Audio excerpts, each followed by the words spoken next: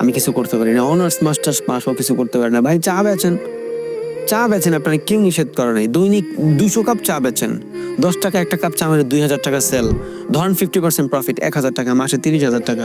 বেচবেন কতক্ষণ? 2 থেকে 3 ঘন্টা। 2-3 ঘন্টা চা বেচে যদি মাসে 30,000 টাকা কামাই করতে পারেন, বাকি সময় আপনি অন্য কিছু করেন।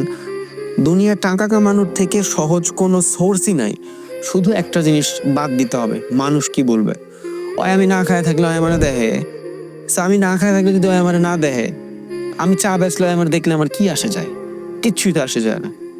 আমার খারাপ সময় তো কেউ এসে আমার বলে না চল নে 10,000 টাকাতে এটা কিছু কর।